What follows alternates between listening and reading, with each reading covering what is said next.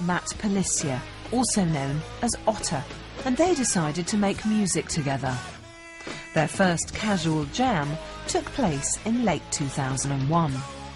Gerard felt restricted by his inability to sing and play guitar at the same time, so Matt and Gerard invited the guitarist Ray Toro to join the group. This freed Gerard to focus on honing his vocal abilities and performance craft. Genuinely impressed with his older brother's aptitude and ambition, Mikey Way decided to learn to play bass guitar in order to join the band. Time is running low. There's not much further left to go.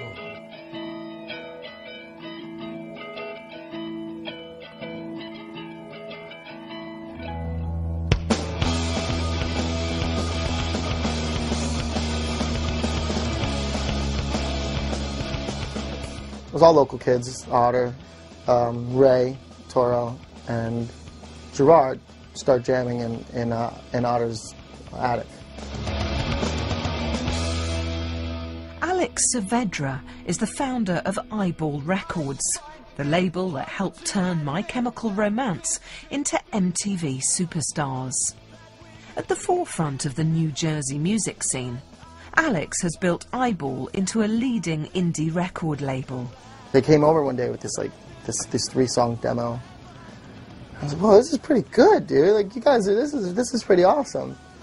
You know, and it's funny because before Mikey was in My Chem, I was gonna play bass in My Chem, but I already had another band that I was really stoked on. And I was like, you know, this band's My Chemical Romance is cool, but I'm really into my band, and I'm super busy with the label, so why don't we teach Mikey how to play bass? Now, Mikey already knew how to play guitar a little bit. He wasn't very good at all, so he didn't know how to play bass very well either.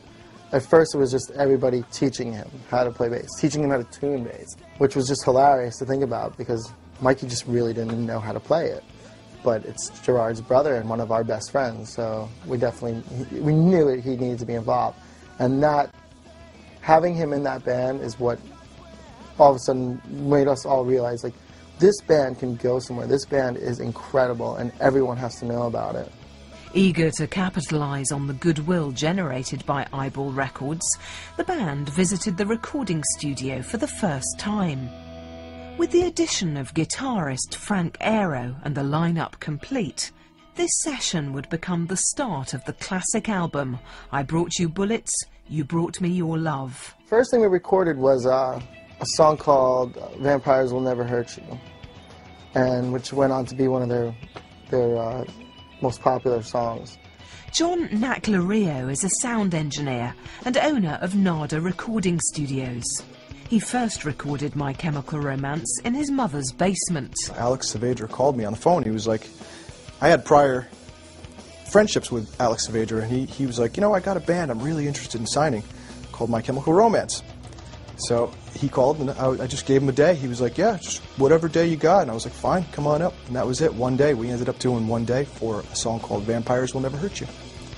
Gerard, slightly overwhelmed by the recording process, just couldn't relax. The first day, definitely interesting. They came, started the song, everything was going great. We didn't understand what was happening with sounds and stuff like that. So we were just like, all right, let's just take our time with this a little bit. Gerard just wasn't getting it. His voice was out that day. It was weird. I can remember him going over there and just, they're arguing about something, fighting. So I went in there, I was like, dude, you gotta focus. And again, you know, I could see him starting to wander and overthinking everything. And he's just getting crazy. I was like, dude, you gotta calm down. You can nail this song. Just cool out. I know it was just an emotionally charged recording session, you know, so there was lots of stuff going on. There was arguments, there was, you know, but that's always the signs of a good record. You know, it wasn't more like, you know, hey, you suck. It was, hey, you can really do this. Do it, you know? And I said that I walked out. He's kind of shaky, but better. And Alex, I'm sure you know, has a crazy personality where he's just very intense. So he would get over there and just start yelling at Gerard. He did that a lot the entire time, just to get the motivation going more than anything.